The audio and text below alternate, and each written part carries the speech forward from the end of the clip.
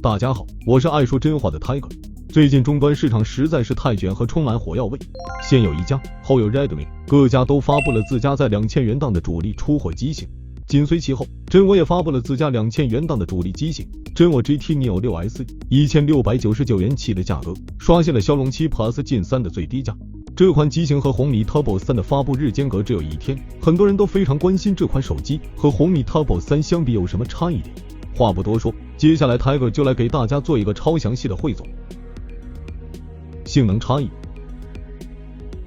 这两款手机在性能端的最大差异就体现在处理器上。真我 GT Neo 6 SE 搭载的处理器是骁龙7 Plus 近3，而红米 Turbo 3搭载的则是骁龙 8S 近3。两款处理器确实是同宗同源，没任何问题。骁龙 8S 近3在 CPU 频率、基带方面有一定的优势。我们直接来看跑分，骁龙 8S 近3、骁龙7 Plus 近3，总体来说跑分挺接近的。CPU 单核差距 5% 左右， CPU 多核差距也是 5% 左右， GPU 差距几乎可以忽略不计。不过骁龙 8S 近3在其他细节配置方面有自己的优势，比如有更高规格的 X70 基带，原生支持光追等。整体而言，骁龙7 Plus 近3和骁龙 8S 近3在日常使用过程中的体验差距确实有限，可以放心购买。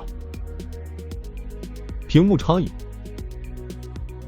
真我 GT Neo 6 SE 这一波在屏幕端确实是拉满了，Tiger 都惊到了。咱就看几个指标就行了，局部峰值亮度6000尼，这个是噱头大于实际，咱就不谈了。但是这个手动激发亮度和最高激发亮度可就厉害了，分别是1000尼和1600尼。这俩指标可是日常生活中高感知的项目，目前只在中高端机器上才有，低端机很少会给这样的指标，并且它还有8bit 的 LTPO 可变刷新率加持，这个特性在这个价位的机器上也是很罕见的，比如红米 Turbo 3就是 LTPS 基材。这俩最大的差异点主要体现在可变刷新率方面。LTPO 的屏幕可以实现1到120 Hz 的精准调控，而 LTPS 基材则只能分档，最常见的就是30 Hz、60 Hz、90 Hz、120 Hz 4档。有些厂商可能会更加细分，以10 Hz 为单位，但是总体也无法做到以1 Hz 这个单位来精准调控。所以支持 LTPO 可变刷新率的机型在续航方面确实会有一定的优势，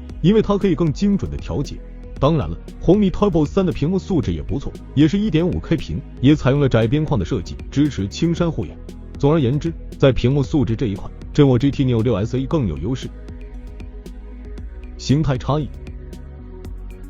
真我 GT Neo 6 SE 是前后曲面屏，红米 Turbo 3则是前置后4曲面设计，这个就萝卜白菜各有所爱了， Tiger 就不再多说了。曲面屏的优势是看上去更好看，侧滑触控更顺滑，劣势是不好贴膜、易碎等，这个就看大家怎么选择了。电池容量差异，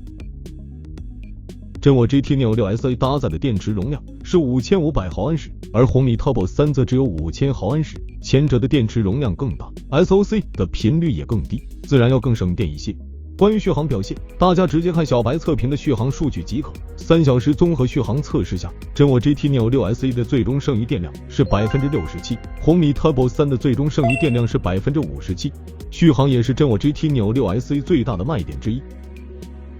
GPS 定位差异，真我 GT Neo 6 SE 采用的是双频 GPS 和3频的北斗，而红米 Turbo 3搭载的则是单频 GPS 加双频北斗，在定位精准度上，真我 GT Neo 6 SE 更有优势，这个就不多说了，大家都明白，真我 GT Neo 6 SE 的定位会更加精准一些。体积差异，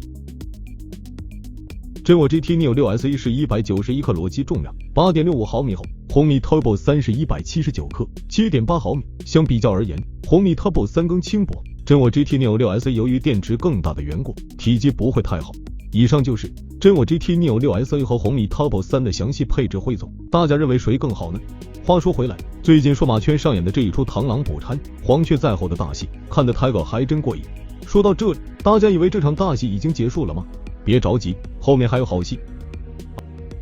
iQOO 系列新机，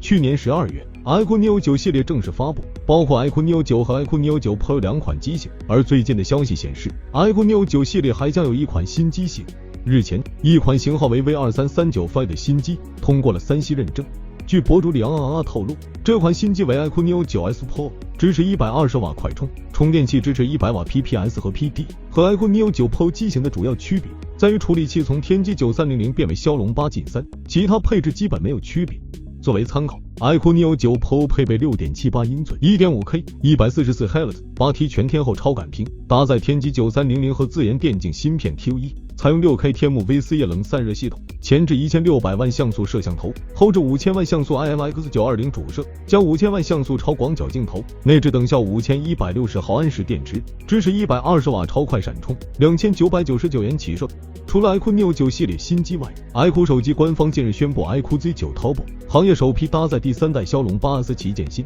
iQOO Z9 系列，4月24日19点整件。据 vivo 品牌副总裁兼品牌与产品战略总经理贾京东的预热显示， iQOO Z9 Turbo 首批搭载骁龙 8S Gen 3旗舰芯，能够运行大型手游和 AI 大模型系统，配备独显芯片 Turbo 以及 6K VC 散热，能够带来全地图光追、全色域还原、全程无卡顿的体验。预热中还提到 iQOO Z9 Turbo 搭载 1.5K 144 Hz 的高刷屏，能够带来120帧率的游戏表现力，内置6000毫安时容量蓝海电池，机身薄至 7.98 毫米，让握持变得非常舒适，而且续航超久。外观设计方面，结合官方公布的海报图来看， iQOO Z9 Turbo 的设计类似此前推出的 iQOO 12，同样采用了矩形的后摄模块，且模块的四周边角比较圆润，并环绕着银色的边框。此外，数码博主数码闲聊站近日一份的爆料中提到， iQOO Z9 Turbo 采用无塑料支架直屏，提供山野青、耀野黑、星王白3款配色，12+512GB 和16+512GB 存储规格。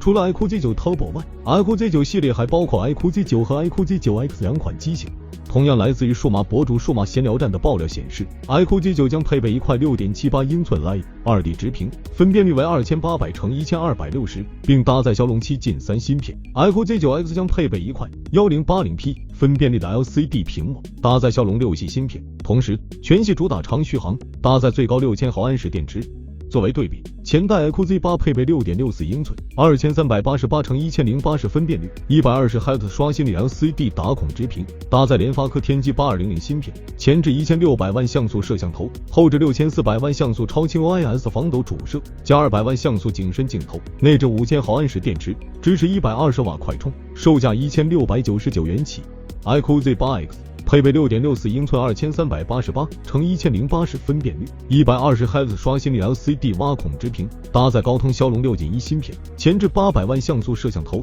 后置5000万像素 AI 超清主摄加200万像素虚化镜头，内置6000毫安时电池，支持44瓦快充，售价1299元起。综合现有的消息来看， iQOO Z9 系列的主要升级之处是设备性能、续航以及屏幕，感兴趣的朋友可以保持关注。那么问题来了，在你看来，这场终端机大战谁能笑到最后？欢迎评论区告诉我你的答案。想了解更多数码资讯，记得关注我们的频道，我们下期再见。